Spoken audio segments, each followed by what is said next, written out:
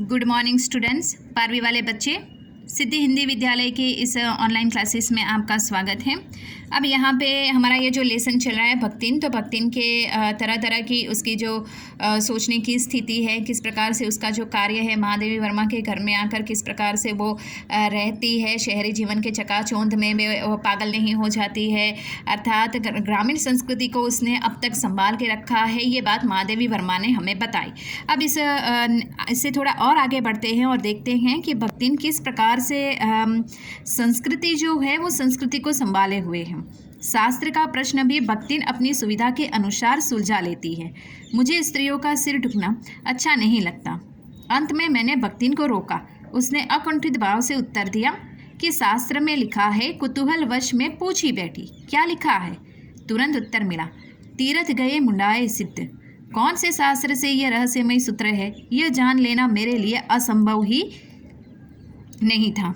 अतः मैं हार कर मौन हो रही और भक्तिन का चूड़ा कर्म हर बृहस्पतिवार को एक दरिद्र नापित के गंगा जल से धुए उस्तरे द्वारा यथाविधि निष्पन्न होता रहा। कहने का मतलब यहाँ पे इस परिच्छेद में इतना है महादेवी वर्मा का कि ये जो भक्तिन है वो भक्तिन थोड़ी शास्त्र में मानने वाली, सभ्यता संस्कृति में मानने वाली बहुत ही एक प्रबल महिला है, नारी है यहाँ पे। तो उसका परिचय दिया है, तो वो शास्त्र को बहुत मानती है। तो यहाँ पे ये जो महादेवी वर्मा है वो महादेवी वर्मा का यहाँ पे जैसे कि औरतों का ये सिर घूंघट डालना, जिस प्रकार से रहना, वो थोड़ा अलग लगता है।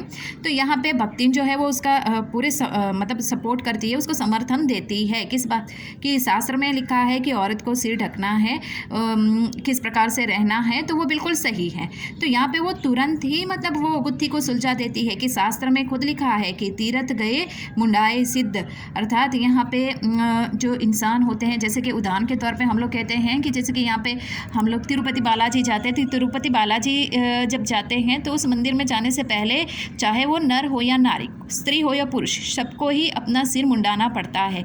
इसके बाद भगवान के दर्शन करने पड़ते हैं। तो यहाँ पे उसी प्रकार से ये शास्त्र में जो लिखा हुआ है वो बात बिल्कुल सही है।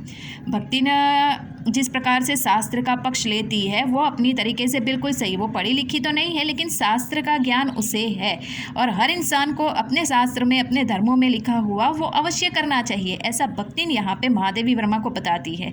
महादेवी वर्मा उस शास्त्र के खिलाफ तो नहीं जाती। उनको पता है कि भक्तिन के साथ बहसबाजी करने से कोई मतलब नहीं है, आखिरकार वो हार जाएगी। अब यहाँ पे महादेवी वर्मा इतने पढ़े लिखे हैं, लेकिन फिर भी उनको वो ऐसा नहीं है कि वो जवाब नहीं दे पाते, वो जवाब दे पाते। लेकिन भक्तिन जिस प्रकार से यहाँ पे अपना परिचय करवाती है, महादेवी वर्मा समझने का प्रयास करते हैं कि हमारी सोच के हिसाब से समाज में रहने वाले हम पढ़े लिखे लोग क्या समझते हैं, कि जैसे कि जो कम पढ़ा लिखा है या जो नहीं पढ़ा लिखा है, जो देहाती है, कोई गवार है, ऐसा हम समझते हैं।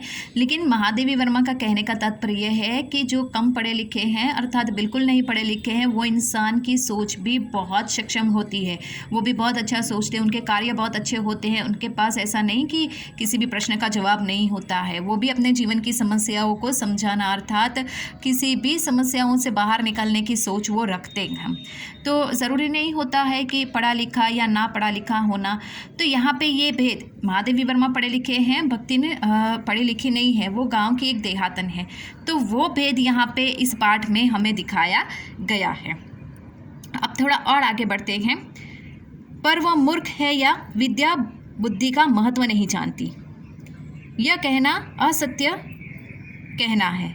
अपनी विद्या के अभाव में वह मेरी पढ़ाई लिखाई पर अभिमान करके भर लेती है। एक बार जब मैंने सब काम करने वाले से अंगूठे के निशान के स्थान में हस्ताक्षर लेने का नियम बनाया, तब भक्तिन बड़े कष्ट में पड़ गई, क्योंकि एक तो उसने पढ़ने की मुसीबत नहीं उठाई जा सकती थी, दूसरी सब गाड़ीवान दाइनों के साथ बैठकर पढ़ना उसकी वयोवृद्धता का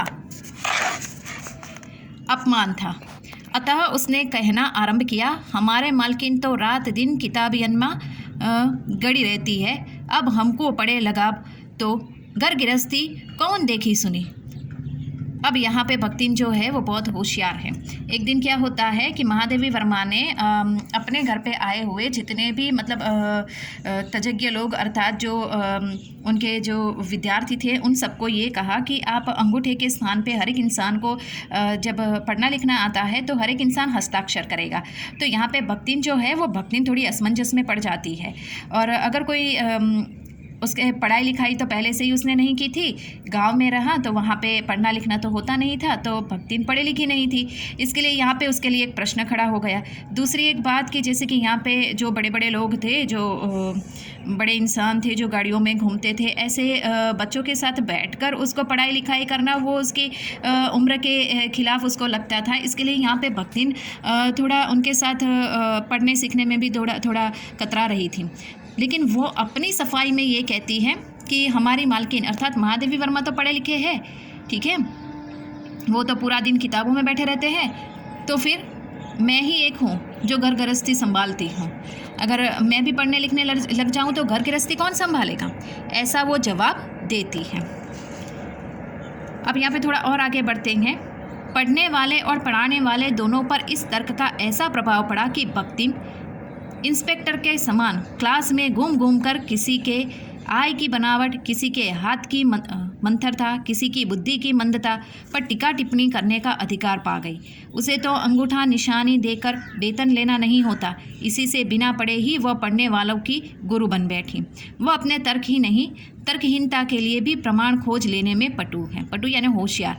अपने आप को महत्व देने के लिए ही वह अपने मालकिन को असाधारणता देना चाहती है, पर इसके लिए भी प्रमाण की खोज ढूंढ आवश्यक हो उठती है। अब यहाँ पे इस पैराग्राफ में बताया गया है कि ये भक्तिन जो है, ये भक्तिन उसने जिस प्रकार से जवाब दिया कि जैसे कि हम पढ़ना लिखना ये ज़रूरी नहीं होता है, यहाँ पे समझ होनी चाहिए इंसान में, ऐसा ये भक्तिन का कहना है। तो अगर कोई उससे पढ़ाई लिखाई के बारे में पूछे तो वो क्या जवाब दे कि हमारी मालकिन जो है वो तो पढ़ी लिखी है, पूरे दिन किताबों में रहती है, तो घर कौन संभालेगा, एक मैं ही हूँ, अगर मैं भी पढ़ने लिखने लग जाऊँ तो घर कौन संभाले, घर गृहस्थी तो ऐसे ही बेकार हो जाएगी, ऐसा वो जवाब देती है। तो ऐसे तर्क वाले जवाब भक्तिन के, जैसे कि महादेवी वर्मा के घर पे जो विद्यार्थी आते थे, जो लोग आते थे, तो भक्तिन उनके किसी भी प्रश्न का जवाब तुरंत दे देती थी।